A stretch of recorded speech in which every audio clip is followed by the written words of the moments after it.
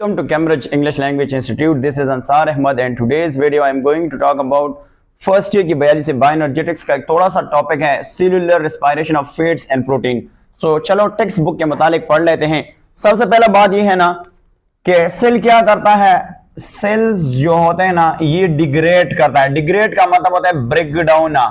ये break down करते हैं, जाने कौन सा चीज को ब्रेक डाउन करते हैं, ग्लूकोज को। ग्लूकोज की क्या करता है, ब्रेक डाउन करता है। और जब ग्लूकोज की ब्रेक डाउन होती है इससे क्या होता है, रिलीज हो जाता है कौन सा चीज, एनर्जी जो है ना इससे रिलीज होता है।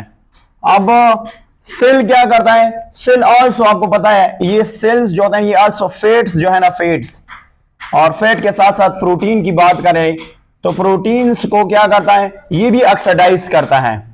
कैन ऑक्सीडाइज, ऑक्सीडाइज करता है और प्लस क्या करता है, ऑक्सीडाइज के साथ साथ इसको डिग्रेड करता है, डिग्रेड। और जब डिग्रेड करता है तो इससे क्या होगा, एनर्जी रिलीज होता है। इससे क्या रिलीज होता है, एनर्जी जो है ना रिलीज होता है, रिलीज।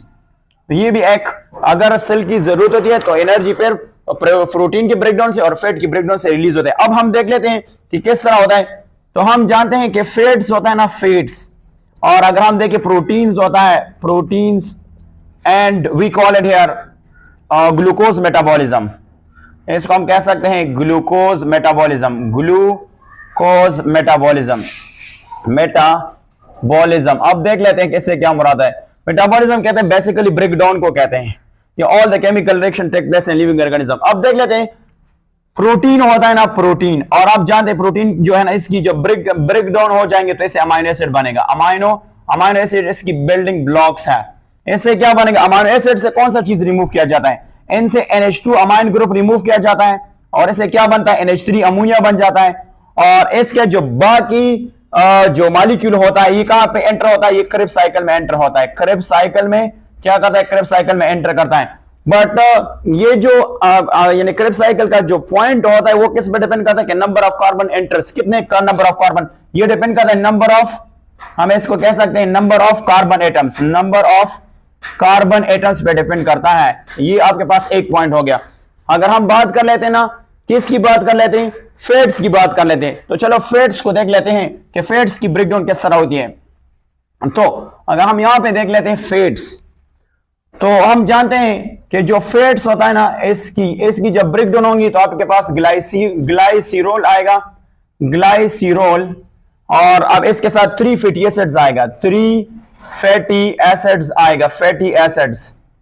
और आप जानते हैं कि ये 3 कार्बन कंपाउंड है, 3 कार्बन कंपाउंड है, कंपाउंड। अब इस कार्बन ये सारे कहां पे एंटर हो जाएगा, ये PGAL में जाएगा और फिर इसके बाद जो है ना वो क्या करेगा, ग्लाइकोलाइटिक पाथवे ज्वाइन करेगा, ग्लाइकोलाइटिक पाथवे जो है ना वो ज्वाइन करेगा और ऐसे एनर्जी जो है वो रिलीज हो जाएगा। देख लेते हैं किस तरह। PGA कहते हैं ना फॉस्फोग्लाइसिरल एल्डिहाइड, और ये 3 कार्बन इस तरह जो है वो फिर एंड में एनर्जी देगा।